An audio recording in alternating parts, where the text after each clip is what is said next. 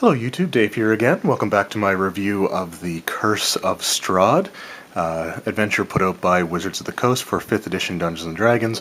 I've had a little bit more time to spend with the book itself, so I think I've gotten to the point where I can do an actual review for it, beyond just sort of my first impressions. For those of you who watched my video last week when I was under the weather, one of the things that I will note from the very beginning, I initially said I was going to do like a chapter-by-chapter breakdown, and I'm not really going to go through and really bother with that simply because chapters 3 through I think 15 are just adventure locations. And some of the locations are places that the characters may not necessarily have a reason to go to, since the fortune-telling event that takes place early in the campaign kind of dictates some of the locations the player characters may end up going to.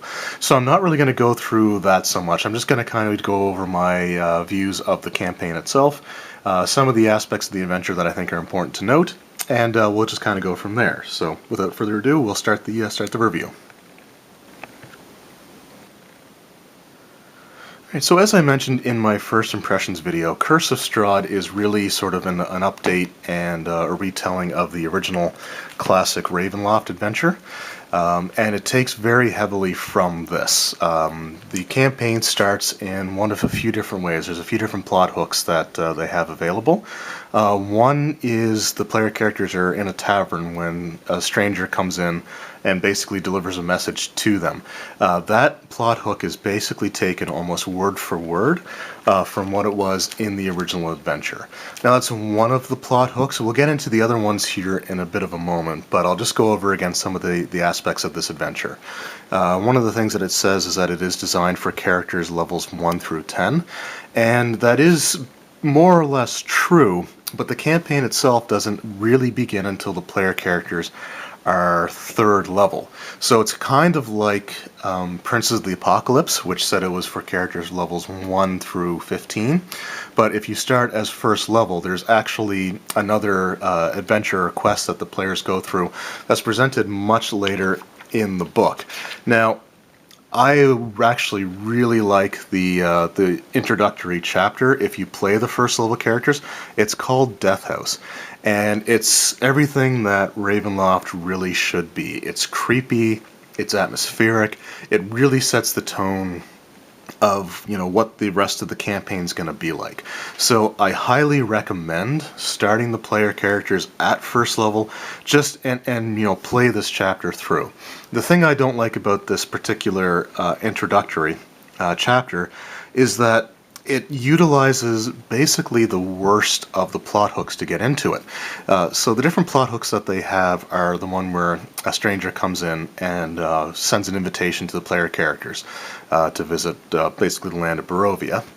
Another one has a lord from the Forgotten Realms hired the player characters to deal with a band of, for lack of a better term, gypsies. They're basically, you know, the Vestini, I think they're called, and I probably horribly butchered that name, but they're basically, you know, the residents of the Ravenloft setting. You know, they live in Barovia, they're the loyal servants, most of them at least, are the loyal servants of Count Strahd. So that's another one where the player characters basically interact with them. They hear a tale basically of what happened to Strahd to kind of make him what he is, and then the player characters end up kind of passing through into Ravenloft. Another one of the plot hooks involves the factions getting the player characters to basically investigate, I think, some werewolf attacks or sightings. So you know, that kind of gets the players sucked into the setting of Ravenloft itself, or, you know, Barovia, whatever you want to call it. The last option is the one where the player characters are just basically traveling, no set destination, nothing really important going on, and then they get essentially sucked into the realm of Ravenloft. So they go to sleep, the mists come in, they wake up in a place that's different from where they started, and, you know, they're now in the realm of, you know, the realm of terror. And that's the background or the plot hook that the introductory chapter, if you're playing for first level, assumes. I really don't like that one. That's, like I said, in my opinion, it's kind of the weakest of them. It's kind of the cheapest and easiest one of them. I actually really like, personally, the one where the player characters interact with the Vestini or Vestini, however you pronounce their names, at the behest of one of the local lords, because they're camping outside of I think it's Daggerford, and just kind of being annoying, I guess. I like that one. They get to interact with them. They get a little bit of flavor. There's some great role-playing opportunities. There's a great little storytelling section where one of the elders that's traveling with them, tells this tale. And you can use that and still bring them into Ravenloft. They find themselves in a strange place. And essentially, they are confronted by these small children, one of which is, like weeping, and they're afraid of a monster that's living in their house. And basically, the whole premise is that the player characters will go through and try to find out, what this monster is, and deal with it. But again, it's just, here's the children here. Like, it's just a very, atmospheric and creepy adventure, and the house itself is somewhat sentient. So I really like this chapter, and this is something that is unique to, as far as I can tell, it's unique to the Curse of Strahd. So it's not just another element of the original Ravenloft or, Expedition to Castle Ravenloft that's being rehashed. It's something, as far as I know, it's wholly new, and I absolutely love it. So I recommend starting at first level, using one of the better plot hooks to get the player character sort of into the realm and start from there, because that really sets a great tone for what the rest of the campaign's going to be like. Beyond that, the player characters, they get their fortunes told. They learn about, Count Strahd, who, in some versions, depending on what plot hook you use, summons the player characters personally in an attempt to basically find a new heir, someone to take over his position, which never, is going to work out. So, he's never going to be happy with whoever he brings in. And at that point, he kind of decides to start tormenting the player characters and trying to turn them against one another, just, trying to do some pretty evil stuff, and then he'll end up either killing them or killing some, bringing some back as servants, and things of that nature. Strahd's motivations are more or less the same as they had been in all the other ones. One of the big things is his obsession with this local girl by the name of Irina, and him trying to turn her into his vampire consort. And so that's kind of like a tried and true aspect of all the Ravenloft adventures. So that's definitely part of it here. Although once the player characters enter and kind of start making a name for themselves, he ends up taking a bit more of an interest in them and kind of puts everything off to the side until he determines if they're worthy, or what he plans to do with their corpses after he ends up killing them. During their time in the realm of Ravenloft, they get their fortunes told by one of the Vestini, and that determines certain locations for different items and artifacts. The artifacts can be used basically to defeat Strahd, and one of the items that you can find is sort of his journal, so you can kind of get more of an insight to the character himself. Strahd is, like he is in all the other versions, a rather complex and involved villain, and the basic idea is that the player characters will confront him or will deal with him repeatedly throughout their time adventuring.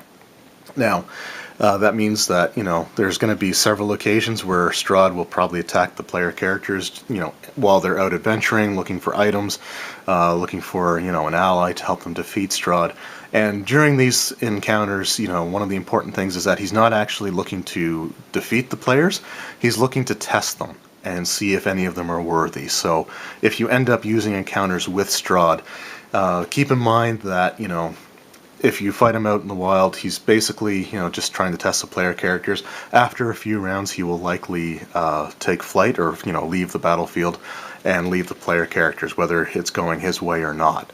It's when the player characters get to his castle, essentially, that he makes the final decision that they're not worthy and basically tries to end them. One other important thing to note is where this is a very non-linear campaign.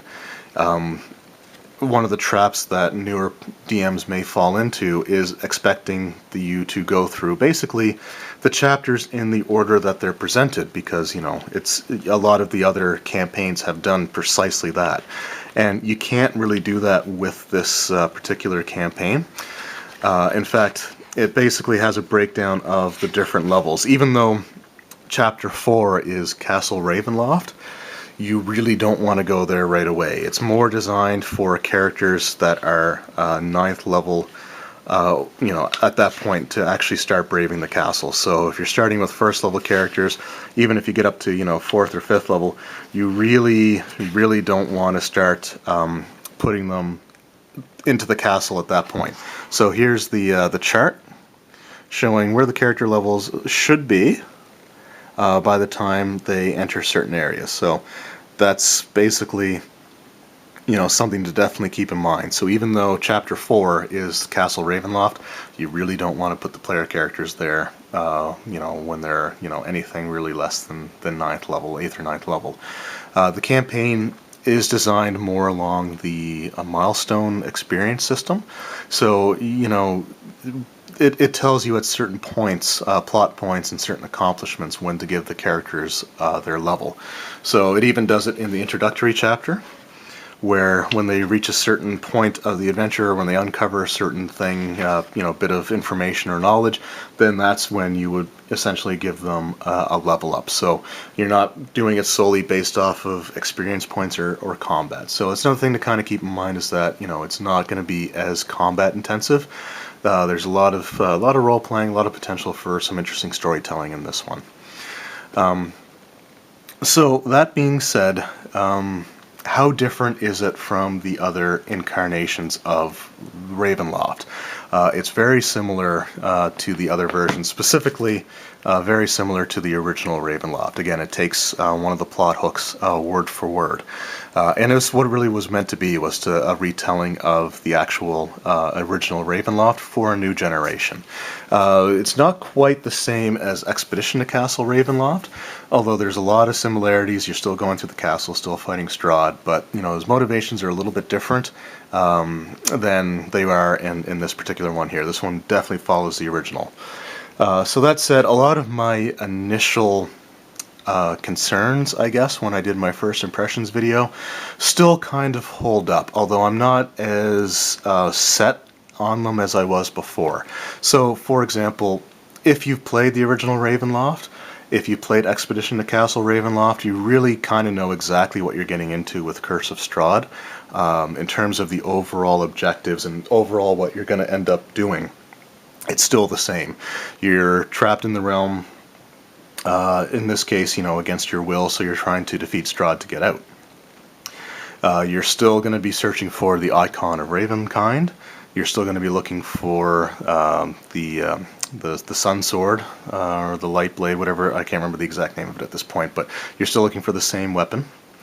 You're looking for Strahd's journal, and you're confronting Strahd himself. So the overall premise is going to be very similar. The saving grace, if you played the original Ravenloft, is that the fortune telling does dictate a fair number of things. So you may go to areas, or you may find things, or you may explore areas that you never would have even considered before in the original Ravenloft, or even Expedition to Castle Ravenloft, simply because there was no reason to before. So you may find the icon of Ravenkind in one location that you've never visited before in any of your previous playthroughs of these adventures. So there is a chance that there's going to be a few things that are going to be different enough that for experienced players who've gone through it before, there may be a sense of nostalgia, but it's not going to likely be the exact same order that you do things in. I think actually the original Ravenloft takes place almost exclusively in the castle, whereas this one has a lot of the countryside, which makes it a little more similar to Expedition to Castle Ravenloft. So if you're an experienced player, again, the overall adventure is going to be very familiar. You're going to be used to what you're doing, but how you accomplish it is going to be different than the original playthrough. So there's always that part of it. And if you're a new player who's never experienced the Ravenloft adventure before, this is a really great adventure. I absolutely, love it. I would love to run it at some point in the near future, but I'm not quite sure how that's going to play out. I've never actually played through or run any of the Ravenloft adventures before, so technically it would be new to me, even though I've flipped through the original and Expedition before. So in the end, it is a fantastic adventure. It's kind of a complex adventure. If you're a new DM, you really want to take your time and read through everything thoroughly. I do recommend doing the fortune telling ahead of time, where the player characters, before they even, arrive for the night, just so you have it set up. You know what fortunes you're going to tell. You know what events are going to unfold based off of that, and you can still recreate it, as the player characters, get to that point of the adventure. But it's something that really should be done ahead of time. I mean, the last thing you want to do, especially in an adventure like this, is to break the immersion by, flipping over a card and then going through and Sunsword. Sorry, just getting off track to the blade, which has completely escaped me. But so the last thing you want to do is put a card down and then have to flip through the book to find out what it means and what what to tell the player characters when the card's revealed. So do that ahead of time. Save the the cards, or know what the order of the cards were. Even if you don't have the physical cards, just you can go through it. But if you do that little bit of prep work, it'll prevent the immersion from getting completely broken.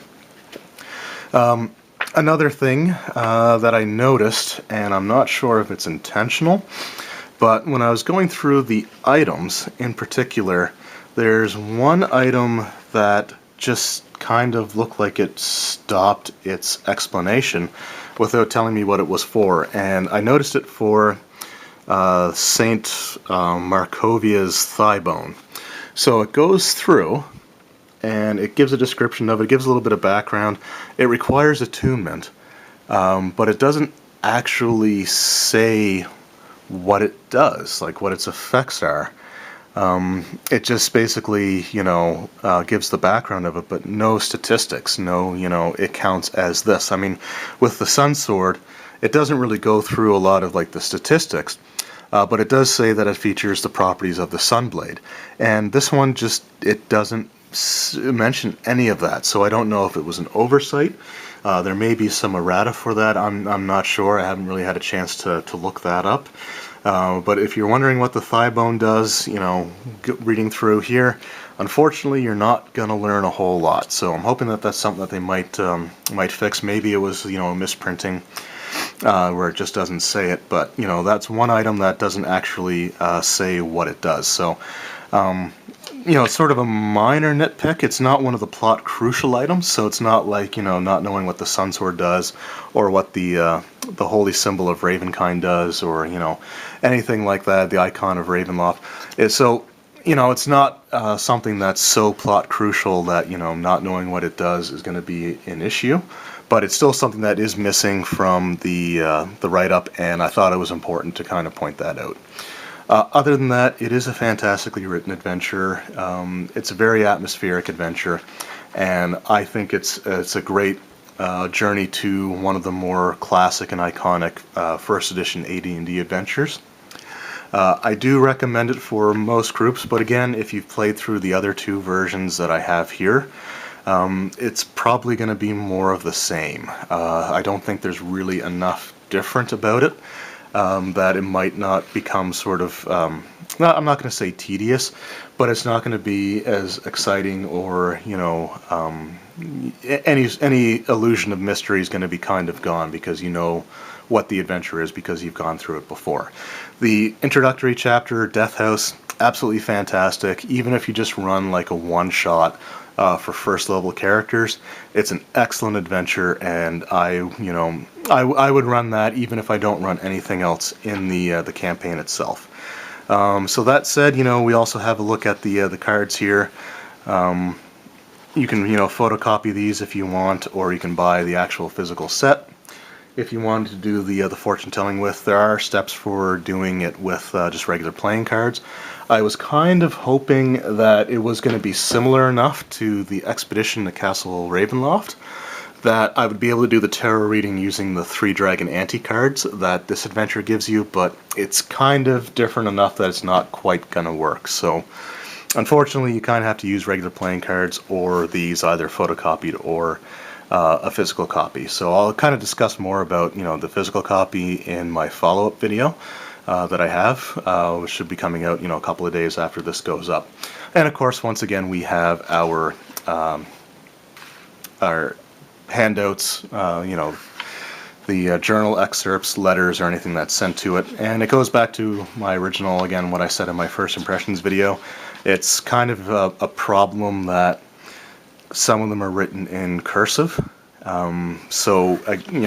With younger players, they may not know how to read these. So again, it's not, at least where I am, it's not something that's a major part of school. They basically go through it once for each letter, and then that's it, right? So if you are playing or running for a younger group and cursive isn't something that they've been taught, if you're going to use these handouts, I would recommend either just reading them out to the players or kind of typing them up separately, so you can just use like regular font. Now the other thing, just the last thing, was the fold-out map that was in the back here.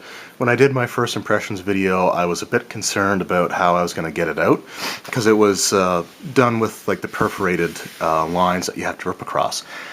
Historically, I have ended up ripping at least a small tear into every map I've ever pulled out, but I will say that this one here, it pulled out without any issues whatsoever. I kind of took a knife and I just started it a little bit, and it just tore absolutely perfectly. And the maps are a huge welcome addition to any of these campaigns. It's something that I've been kind of harping on for a while. It's something that I would really, want to see, because I think that, if you're running a big campaign, you kind of need stuff along these lines. So one side just shows the outdoor areas that you can visit. The map of Barovia itself, along with where everything kind of lies, and then the other side has your maps of the Castle Ravenloft itself. So these maps are absolutely gorgeous, and like I said, with mine, they tore out incredibly easily. I didn't have any issues getting them out of the book, which was one of my big concerns, because I really didn't want to rip them. So I guess that's it for my review. So again, a lot of the first impressions were kind of accurate. Just to reiterate, if you plan on running it, I highly recommend running it for first level using the Death House chapter, because it's fantastic. And then just going through, try to avoid using the plot hook where it's just, the player characters fall asleep in the woods and they wake up in a misty, area where the woods are different from what they fell asleep in. Kind of avoid that one just because it's so basic. Use one of the other ones. My personal favorite, again, is the one where they actually interact with the Vestini prior to crossing over into Ravenloft. And again, just kind of have fun with it. It's a classic adventure. It's modernized for a new era. If you're an experienced DM and you remember this adventure, pick it up, run a new group of players through it. It's something different from all the previous ones, which are just more or less hack and slash. It also calls back to some of the classic characters from Ravenloft's history as a setting, including Rudolf van Richten, who's a very famous character in the Ravenloft setting. And I'm not going to spoil it, but there is a potential ally in this campaign that is another well-known part of D&D history. It's a character that's been around for a very, very long time, and there's a great chance that, depending on your fortune telling, when you find the ally to go through, you can have one of the more classic, well-known characters from D&D's history as an ally against Strahd. So just a lot of really great callbacks. Again, the adventure itself is well written. I didn't really, like I said, want to go through all the chapters in detail, just because they're all, or 13 of them, are just adventure areas. So just when you get it, certainly read through it. And again, don't feel that you have to play through them in the order that they're presented, because you're going to get everybody killed if you end up doing that. Adhere to the level chart, for a basic idea of when you want the player characters to interact with different parts of the adventure. Definitely don't let them go to Castle Ravenloft immediately, unless you want to set up an audience with Strahd where it's purely role-playing. So we can kind of get a measure of them, and then they leave and, start doing their thing. I mean, you can do that however you want. Just don't have, the second place the player characters go to in the campaign be Castle Ravenloft, just because it's the second adventure location chapter in the book. So I give it a huge recommendation. I really enjoy it. Again, it's a little bit much for perhaps brand new DMs, but if you are a brand new DM, pick this up, read through it. Even if it's not the first campaign that you run a little bit of other things like the starter set adventure, just something where you can kind of get yourself comfortable. But this, I think, is one of the best adventures that has been written for 5th edition so far. I absolutely love it. I'm glad I picked it up. I'm a little bit upset that it took me as long as it did to pick it up, but I think it's absolutely fantastic. So, check it out if you're interested in the more gothic horror type of setting, more of a role-playing setting, less, combat dependent kind of adventure. Absolutely love it. And again, the introductory chapter is, in my opinion, one of the best parts of the book. So anyway, that's my review. I hope it was useful. If you have any questions about any specific part of the campaign, don't hesitate to leave a comment below. I'll try to, answer any questions that I can.